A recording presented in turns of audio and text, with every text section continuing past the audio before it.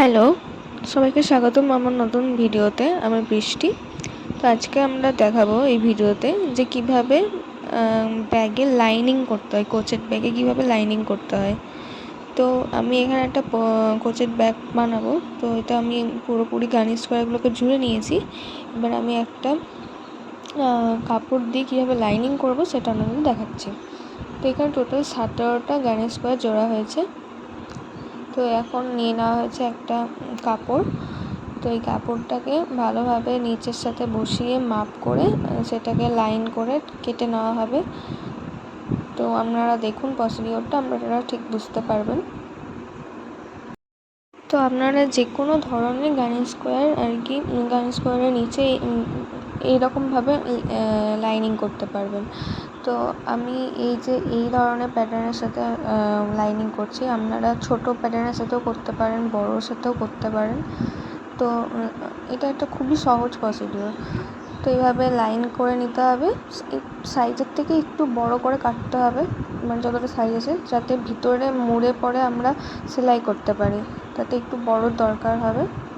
তো আপনারা দেখুন, এটা কেটে নিতে হবে এখন।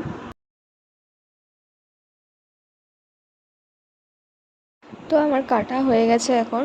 এবার আমি এই কাটাগুলোকে এই আলপিন দিয়ে সেট করে নেব কাপড়টার সাথে, ওই গার্নিশ করাগুলো যাতে না নড়ে যায়।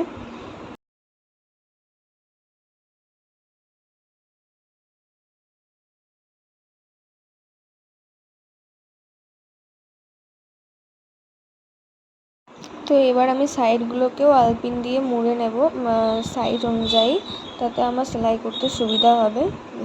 একবারে হয়ে যাবে, নয়তো বারবার করে সেলাই মানে ধরতে হবে আর করতে হবে। তো এরপর আমি ব্ল্যাক কালারের সুতো নিয়ে নিয়েছি, কারণ কি আমার বেসটা হচ্ছে পুরোটাই ব্ল্যাকের ওপর, তার জন্য যাতে পিছন দিকে ভিজিবল না হয়। আর এভাবে আমি সেলাই করে নিচ্ছি, পুরোটাই আমি এইভাবে সেলাই করে নেবো।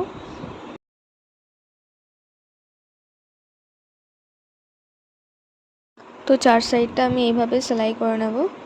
তারপরে আসছে জয়েনিং কিভাবে করব। তো আমি এটা নেক্সট পার্টে দেখাবো। আপাতত এখানে আমি কিছুটা অংশ দেখিয়েছি, তো দেখুন।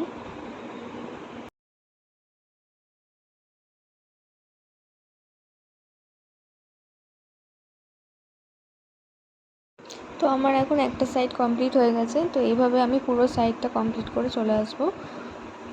তো এখন আমার পুরো সাইডটা কমপ্লিট করা হয়ে গেছে। এরপর এটা আমরা ব্যাগের শেপে আনার জন্য কিভাবে স্টিচ করব সেটা দেখাবো, কিন্তু ভিডিওটা অনেক লং হয়ে যাওয়ার জন্য এটা আমরা পরের পার্টে দেখাবো। তো আজকের পর্যন্ত এইটুকুই। ভিডিওটা কেমন লাগলো অবশ্যই জানাবেন। ভালো লাগলে একটা লাইক, কমেন্ট, সাবস্ক্রাইব করে দেবেন। তো বাই। নেক্সট ভিডিওতে আসছি কীভাবে জয়েনিং করব। তো সবাই ভালো থাকবেন, সুস্থ থাকবেন।